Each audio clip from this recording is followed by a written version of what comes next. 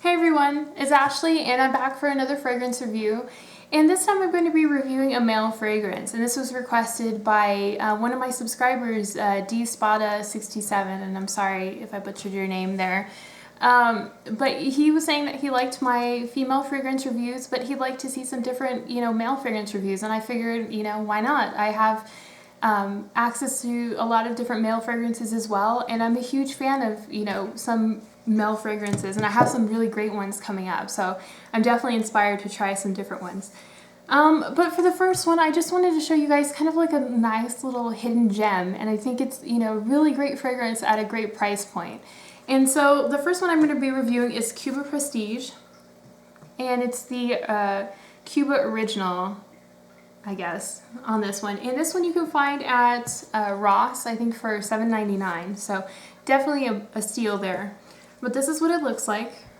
And the packaging is, quite, I don't think it's great. But this one is a 3-ounce bottle, and it comes with this kind of packaging that looks a little bit like cigars. And that seems to be, from Cuba Paris, it seems to be their, their MO, basically, is they try to package it to look, kind of like cigars. Even their women's line looks like this. So this is the cap. And it's just a plastic cap, kind of a weird cap, I think. But when you get underneath, you get this frosted bottle with kind of like a caramel color to it. And as you can tell, between my husband and myself, we both like this one a lot. It's been getting a lot of use. And it comes with a little sticker as well on this. This is in the Eau de Toilette concentration.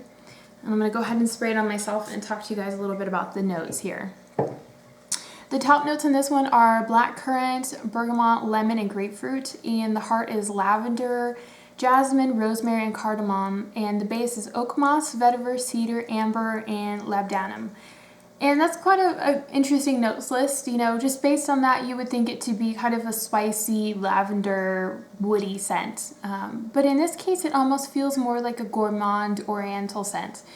And it actually draws comparisons to a little bit more expensive, scent, which is Thierry Muglier's Amen. So, and that one is known to be a very sweet caramel vanilla kind of coffee scent, very gourmand, foodie, kind of rich, luxurious type of fragrance with good lasting power. So that's definitely a great fragrance to be compared to, especially at this price point.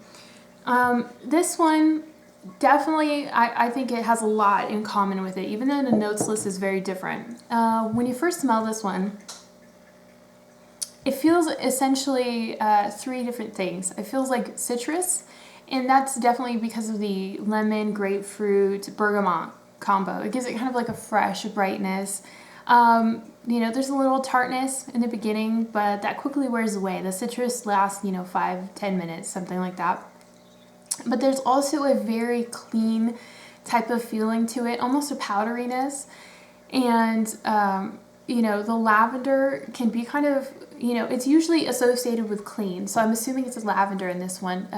And lavender can be kind of either medicinal or kind of licorice smelling. And in this case, it just smells, very clean, very powdery. So it's not too much to either end of the realm there. And the next thing that you notice, which is almost the first thing you notice aside from the citrus, is sweetness. It's very sweet. And, that I thought was very intriguing, especially in a men's scent. A lot of men's scents tend to go for the spicy or the woody or, that type of thing. But this is definitely a very sweet, ambery type of fragrance. I would say amber is the key note in this one. Amber is the backbone, the base, everything in this one. It gives you kind of a rich, cozy, sweet, sensuous type of feeling. It's very, it's a very rich, kind of cold weather type of scent. And with this one, you get amber, and then you definitely get the lavender. It gives it that kind of floral background there. And the next thing is definitely spicy. There's a little bit of, an aromatic type of spiciness to this one. The cardamom is usually considered a kind of a resinous smell, so it kind of plays into the amber, especially, but it also has kind of a spiciness to it, so it gives it, a little bit of kick, and it keeps it from being boring. There's there's also kind of an interesting thing about cardamom. Cardamom is used to aromatize coffee. So, you know, when you're looking at the notes list and you're going, there's no coffee in this. Why does it smell like Amen? You know, Amen is definitely a coffee heavy kind of scent, a rich, sweet, vanilla, caramel coffee scent. And because cardamom is used to aromatize coffee, it has that kind of same spicy coffee feeling behind it. So both of those have that kind of rich coffee kind of scent to them. And then underneath all of that, there is some black currant in there. And I actually couldn't pick this one out. I knew there was something tangy in there, but I wasn't sure what. And I checked the notes list. And black currant tends to have kind of an ammonia tanginess. It sometimes is referred to as like cat pee, you know, it gives it a little bit of like an animalistic flavor. So that's also another reason this one feels a little bit more, you know, a little bit more date night, a little bit more sensuous, you know, an evening almost kind of fragrance. Although it's a great day fragrance too. If you wear this, you're going to have people going, what are you wearing? That smells great. Because, you know, this is definitely one that I love, definitely one that other people have loved, just based on that.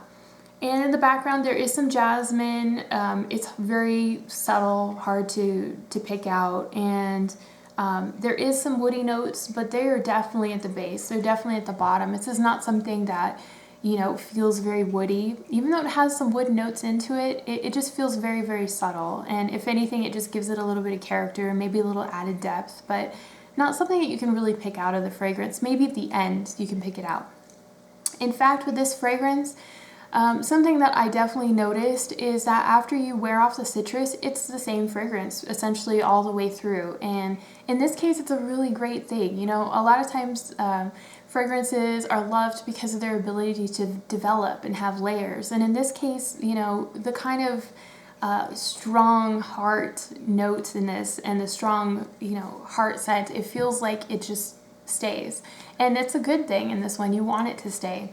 When it finally does wear down at the end, it just feels very sweet and cozy and subtly kind of woodsy, not a heavy woodsy at all. This one I would definitely say is a super long lasting. In fact, when I looked, you know, just to see what other people's experiences were on Fragrantica, and I saw a lot of people saying this was, you know, moderate to super long lasting. And in my experience, you know, my husband has worn this, I've worn this. It definitely lasts quite a long time. You know, he sprayed it in the morning before work, you know, and 12 hours later come back home and he still smells like the cologne. You know, you can still smell it. It's not, you know, it's not an overpowering scent to me. To me, it feels like a very cozy, warm scent. It's not one of those ones that's going to make you choke and anything. Something else I forgot to mention in this one, it definitely has, based on the notes list, it has rosemary, and if you've ever put your face in a rosemary bush, you can smell that kind of mintiness, and as it wears down, you can start smelling more mint in there.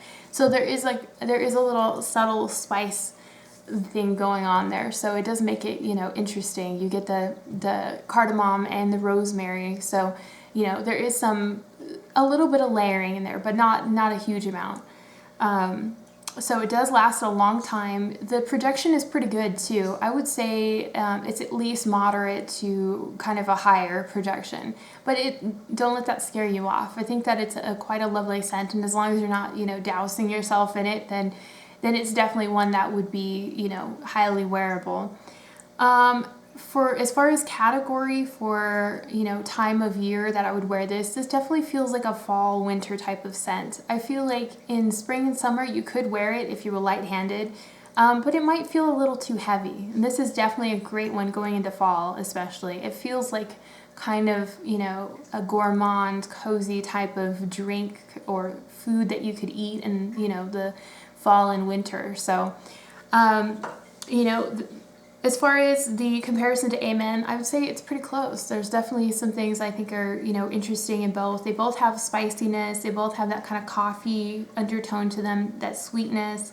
And, you know, Amen also has kind of like a balsamic feeling as well, which is similar to amber in a way. So, you know, I definitely think this was a great one to try. And if you guys are just looking for something, you know, as a great little hidden gem with, you know, good quality, then I would definitely try this one out. And I have some other ones coming up for you for men's scents as well, from, you know, some niche perfumers. So definitely stay tuned for those ones. But I hope you guys enjoyed this review. And if you like this content, please like and subscribe. And I'll see you guys later.